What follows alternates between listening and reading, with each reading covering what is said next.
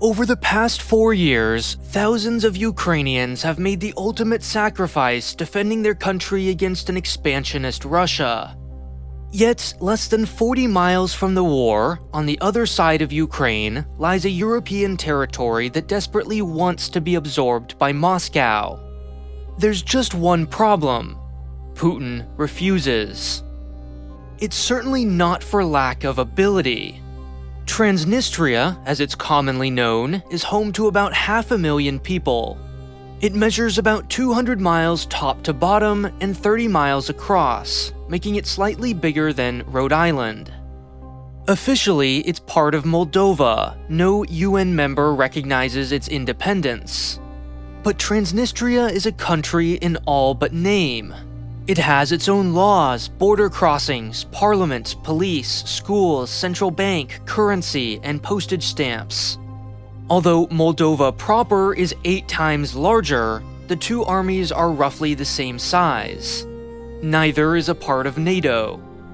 In other words, even Russia's now beleaguered army could no doubt annex Transnistria in a matter of days, if not hours. Unless Moldova resisted, Moscow may not even have to lift a finger. In 2006, the Transnistrian government formally requested to be seized by Russia. Last year, it renewed its appeal, pleading with Putin to come, quote, protect it. Sure, it's tiny, but so is South Ossetia, a breakaway state in Georgia, which, unlike Transnistria, Moscow officially recognized in 2008. True, it's geographically disconnected from Russia, but so is Kaliningrad, a fully Russian enclave in Europe sandwiched between Lithuania and Poland. And like Ukraine, a large number of its residents are Russian citizens, giving the Kremlin an excuse to, in its words, intervene on their behalf. So, why doesn't it? Sponsored by Brilliant. Learn math, science, and computer science the intuitive way with a link in the description. In the aftermath of World War I, Stalin had his eyes set on this land, roughly present-day Moldova. Called Bessarabia, Romania had seized it from Russia during the war, and Moscow was now eager to reclaim it. But rather than merely absorb it into the Ukrainian Soviet Socialist Republic next door, which might be seen as a naked land grab, Stalin's plan was to cultivate a distinctive Moldovan identity within the existing USSR, justifying its eventual expansion. First, he created a new Moldavian Autonomous Republic within the Ukrainian one. Logically, this didn't make a ton of sense. Ethnic Moldovans were a minority in their titular republic from day one. Politically, however, it was quite useful, because of what he did 15 years later. During the Second World War, the USSR signed a secret agreement with Germany, allowing the former to finally annex Bessarabia. The Moldavian Republic was renamed and expanded to include all this new land. The Soviets could argue they had simply restored Moldova to its rightful, full size. In other words, what became Moldova for the rest of the Cold War was actually a combination of 2 different territories. The left 80% had been under Romanian control for the preceding decade and a half, whereas the right sliver had been part of the Soviet Union. And a lot had happened in those 15 years between 1924 and 39. The right side had already been collectivized, and was now home to dozens of giant factories and power plants.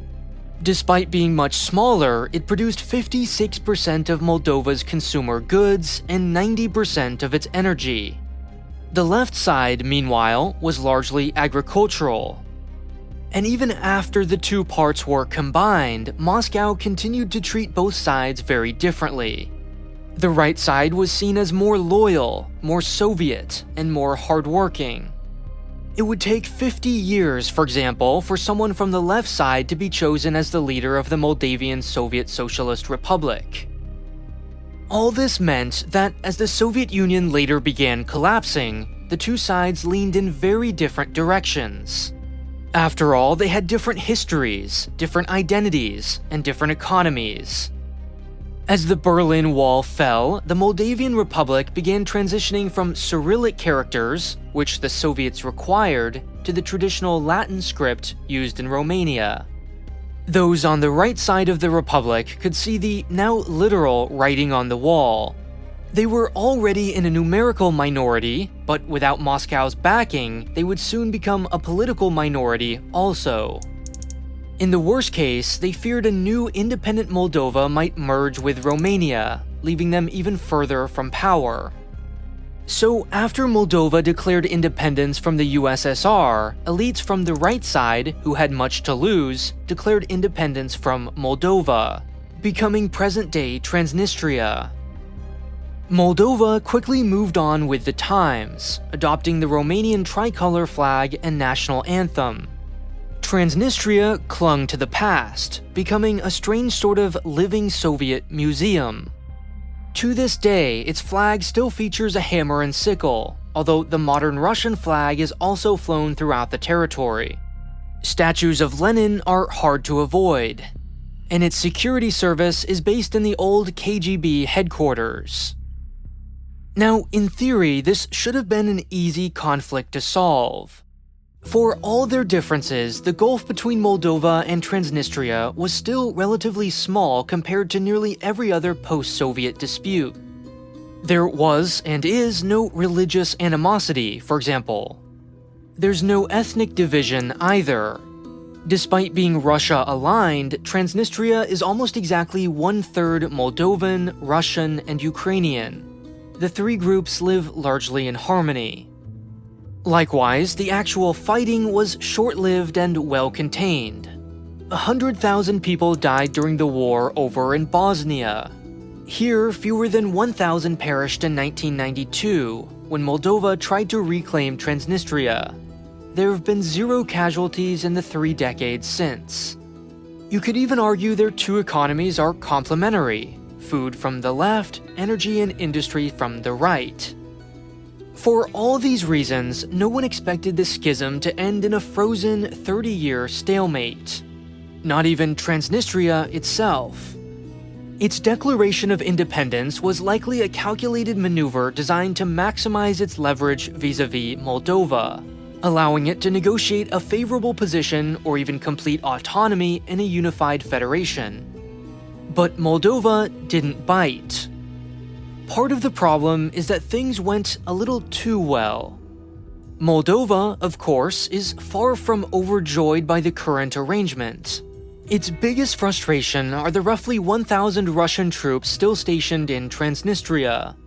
Though tiny in tactical terms, the symbolism of any Russian soldiers on territory internationally recognized as Moldova is not ideal.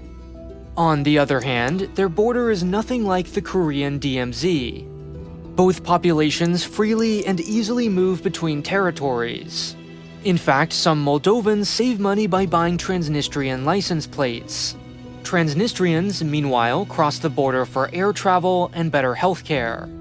In one survey, Moldovans ranked solving the Transnistrian issue as their 9th or 10th highest priority, far below everyday concerns like crime and corruption. As one of the poorest nations in Europe, Moldova simply has bigger fish to fry. Fully integrating its breakaway state, moreover, would create all kinds of new complications. It would also radically shift its political culture toward Russia, a prospect many Moldovans are eager to avoid. Nor does Transnistria feel much urgency. Not needing to abide by international law, being in close proximity to a major seaport, and having long, porous borders, it turns out, can be enormously profitable when combined. For decades, goods were shipped through Odessa into Transnistria and then smuggled into Moldova or back into Ukraine tax and tariff-free. At one point, it officially imported 4.5 times as many goods as Moldova proper, despite being something like 6 times less populous. If it actually smoked all the cigarettes that passed through its borders, every resident would need to burn through 12 packs a week. This legal limbo is particularly lucrative for its leaders and their cronies. Its first president, who cultivated a Lenin-like appearance, exempted his associate's company, ironically called Sheriff, from taxes. Sheriff, in turn, supported the Smirnov government and grew unbelievably powerful. Today, the company is ubiquitous throughout the territory. It owns most gas stations, supermarkets, malls, and TV stations. Somehow, it owns a professional football club and one of the largest and best stadiums in Eastern Europe. One can only guess how the company earned the $200 million it took to build. Even many working-class Transnistrians aren't content with the status quo. Sheriff provides employees with the benefits they wistfully associate with the former Soviet Union, and most have access to a Ukrainian, Russian, or Moldovan passport for travel. That leaves Russia. Moscow holds all the cards. It has the power either to subsidize Transnistria indefinitely or to force it at any time to the negotiating table with Moldova. In addition to the 1,000 soldiers it keeps stationed in the territory, and even more decisive is its supply of gas.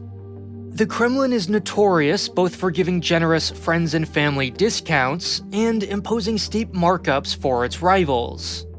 In 2019, for instance, it charged Moldova proper $391 and Transnistria just $163 for the same amount of energy.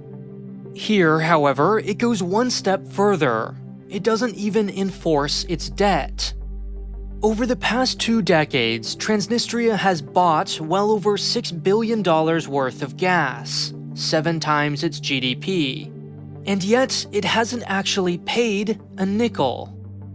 Each month, the Russian state energy corporation Gazprom sends Transnistria its bill. Transnistria then responds that technically, since Russia doesn't recognize its independence, the bill should rightfully be sent to Moldova. And finally, Moscow shrugs its shoulders, looking the other way. Playing along with this charade accomplishes several things for the Kremlin.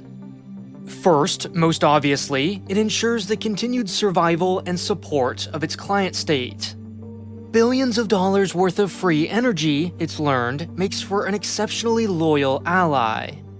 Transnistria's Tyrotex is one of Europe's largest and most profitable textile companies, thanks in large part to these unpaid bills. Likewise, Transnistria's population is unusually old. By some estimates, there are more pensioners than workers, and the Kremlin helps pick up the tab. Secondly, it serves a propaganda function. Moscow's goal is to show Eastern Europe, and Moldova in particular, how lucrative it can be to stay within Russia's orbit. Finally, and most importantly, Russia uses Transnistria as a bargaining chip. By implying that Moldova might be responsible for the enormous gas bill, it puts pressure on its government to resolve the conflict.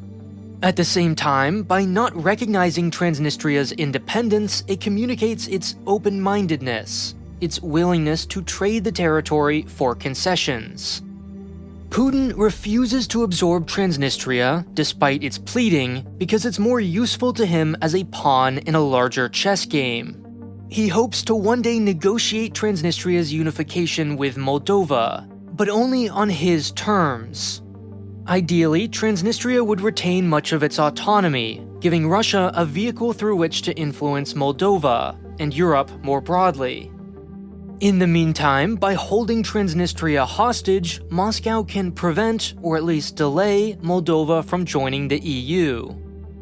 Unfortunately for Moldova, Putin has proved himself extraordinarily patient when it comes to Transnistria, waiting now 3 decades for the optimal conditions to arise.